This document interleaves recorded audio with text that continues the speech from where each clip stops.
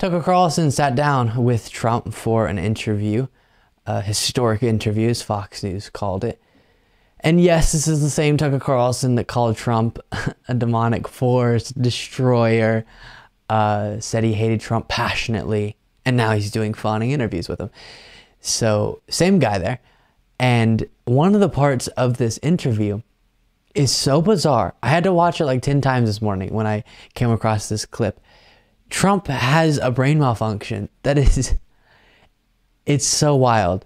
And it's not his normal one where he kind of just has a hard time with a word or something. It's fragmented thoughts, and he's attempting to smush them together, and it's strange. We'll get to that. But to kind of go through this topic, we'll start off with Tucker Carlson's introduction to the interview. Then we'll get to the legal troubles of Trump. Then we'll get to Russia's invasion of Ukraine and some other stuff, starting again with the introduction from Tucker to give you a vibe of what's going to be happening. We traveled to Mar-a-Lago today to interview the former president on his recent arrest by a Democratic prosecutor. But once we sat down, we wound up talking mostly about foreign policy. For a man who is caricatured as an extremist, we think you'll find what he has to say moderate, sensible, and wise. When we come back, Donald Trump's moderate, sensible, and wise. We will see if that's what we pick up on. Starting off with a moment that went very viral of Trump saying that employees at the New York courthouse when he was being arrested and arraigned were crying because they were so distraught by the fact that Trump was being arrested. There, I think, 57 minutes. Tell us from your perspective what that was like. They were incredible. When I went to the courthouse, which is also a prison in a sense, they signed me in. And I'll tell you, people were crying. People that work there, professionally work there, that have no problems putting in murderers, and they see everybody. It's tough place. And they were crying. They were actually crying. They said, I'm sorry. There, I think, 50. Tears just gushing down their face, streaming down their face. And you'll never guess, but doesn't seem this is an accurate story from Trump. Here from Yahoo News.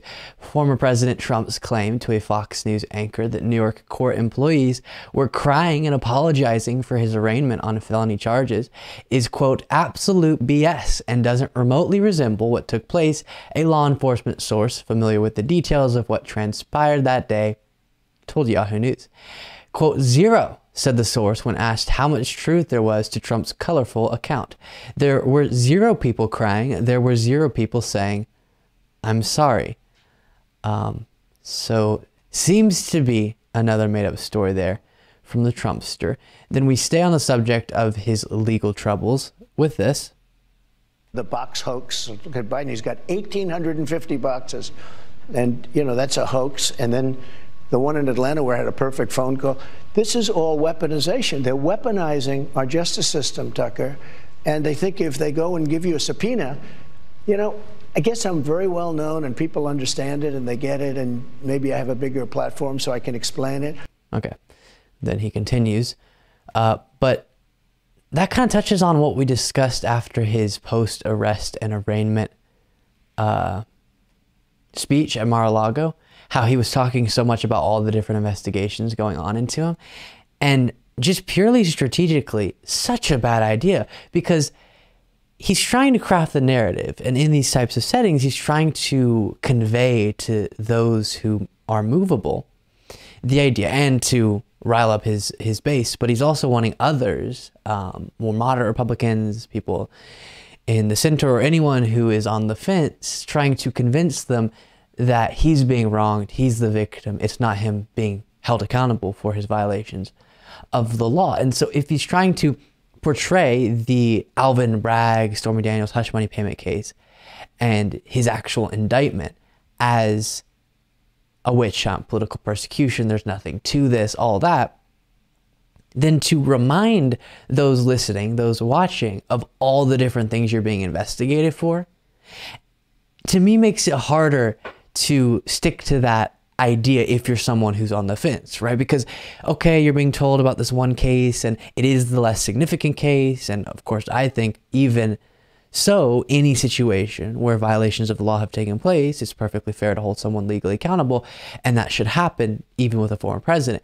But also, the Stormy Daniels hush money payment case is less significant. And so maybe it's easier for him to convince people, see, oh, it's not that important, and it's a witch hunt, whatever. Still dishonest, but maybe easier for him to do. But when he starts layering on, and I'm being investigated for this over here, and that over there, and this back there, then to think all of this is a coordinated effort to take him down, that to me is a lot harder than just accepting the fact that maybe he committed crimes in multiple different situations. And some of those crimes were committed or were being committed parallel to things that we were watching take place in front of our eyes, with his attempts to install himself president for 4 more years, despite losing the 2020 election. One more thing on his legal troubles, and then we'll get to a different subject. Is there anything they could throw at you legally that would convince you to drop out of the race? If you get convicted in this case in New York, no, I'd never drop out. No, I'd never drop. It's not my thing. I wouldn't do it. Okay. And now we get to Russia's invasion of Ukraine. And so we'll start with this clip, and then we'll get to the brain malfunction clip. If he decided to use his second form of destruction, which is nuclear, that's the end of that. You understand? And I know where you are in Ukraine, so I mean, you understand it better than most. Most people don't. Most people don't even talk about it. They don't talk about the fact that he has equal to the United States in nuclear capability and destruction. The breathing.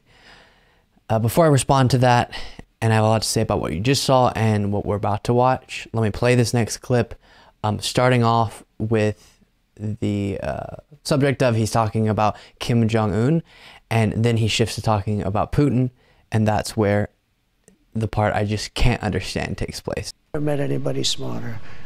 How smart is Kim Jong-un? Top of the line. You know, people say, oh, this and that. Really smart.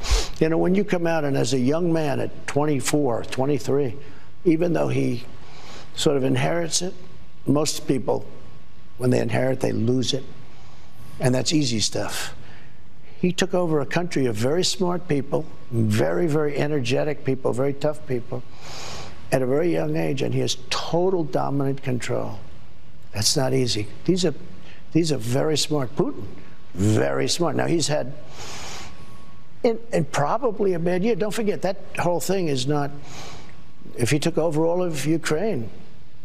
And what are we going to do? Because Biden... Did you hear that?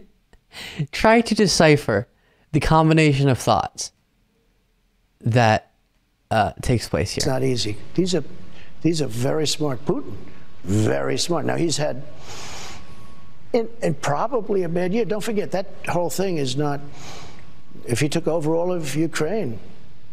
And what are we going to do? Because Biden is... That's not how English works. He says Putin is smart. And maybe he's had a bad year. So far, we understand what he's trying to say, or we can decipher it. And then he says, and don't forget, okay, so we're not going to forget whatever comes next. Don't forget, that whole thing is not, it's not what? And then he follows that up with, if Putin takes over all of Ukraine, or if he takes over all of Ukraine, and then he follows that up with, and what are we going to do? Because Biden, and then I'll show you the rest of the clip in just a second here. Putin's very smart and has had a bad year. Don't forget, that whole thing is not, if he takes over all of Ukraine, and he kind of does that in a question way, Ukraine with his hands up. And what are we going to do? Because Biden is so supportive of Ukraine, as you're about to see him say. One more time.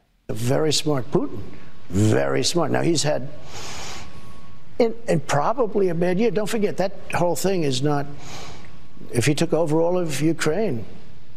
And what are we going to do? Because Biden is so committed to Ukraine. What happens if it's a not winnable war? You know, there are people that say Ukraine cannot win, can't beat Russia. Never met anybody. So try to make sense of that. Let me know. Obviously, that end part and most of it, you can. But that one little part, try to see if you can understand what he was getting at. let me know in the comments. I have more to look at from this interview, but before, to kind of respond to the first clip I showed you on this topic and then that one. In the first one, he says that Tucker Carlson understands better than most the situation in Ukraine. Tucker Carlson is one of the most dishonest purveyors of the dishonest and dangerous pro-Russian talking points. And he can repeat as many times as he wants, oh, that's so absurd or whatever, but it's absolutely true. And nothing shows that more clearly than the fact that Russian state media plays his clips on air and in a supportive way shows their audience Tucker Carlson's analysis on Russia's invasion of Ukraine. That's how effectively he's making their talking points. And so for Trump to say that exemplifies a good understanding, accurate, reasonable, honest understanding of Russia's invasion of Ukraine shows how not those things Trump is as well. Excuse me, guys.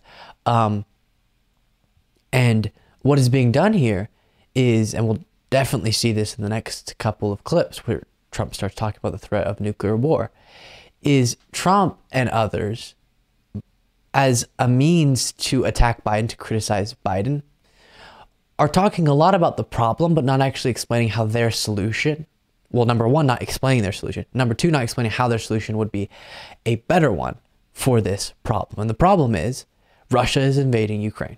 Putin made that decision. That's what's happening.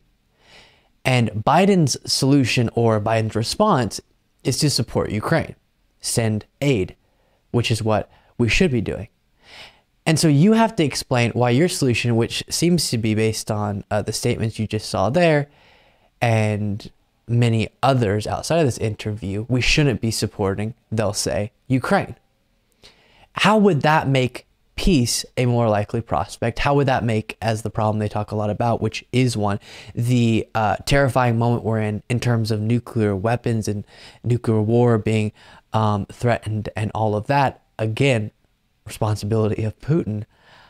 How does it make those things less likely? How does it make peace more likely to not support Ukraine?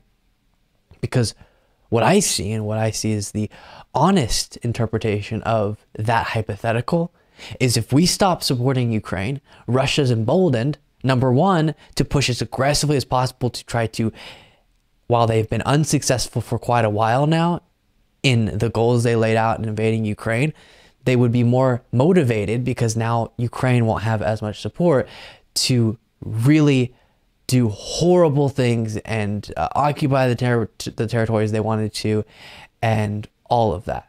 And they would have the hope and ambition that it maybe could work without Ukraine being supported by the United States. And the violence would continue. The war would continue. It would not stop because the United States stopped supporting Ukraine. Ukraine's not going to stop defending themselves.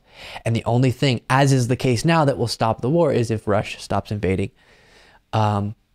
Ukraine. And then that's the short term. In the long term, it sets a precedent specifically for Russia and for Putin and also for any other country or government or leader, that if you, in the case of an authoritarian government with Russia, have an ambition for expanding your empire, whatever it might be, and you attempt to do so and there's some resistance, just threaten nuclear war and continue long enough until the countries get tired of supporting the country that's defending itself. And you're setting a precedent that, yeah, okay, if you make us scared enough that you're going to use nukes, we'll just all allow you to take over whatever country you'd like.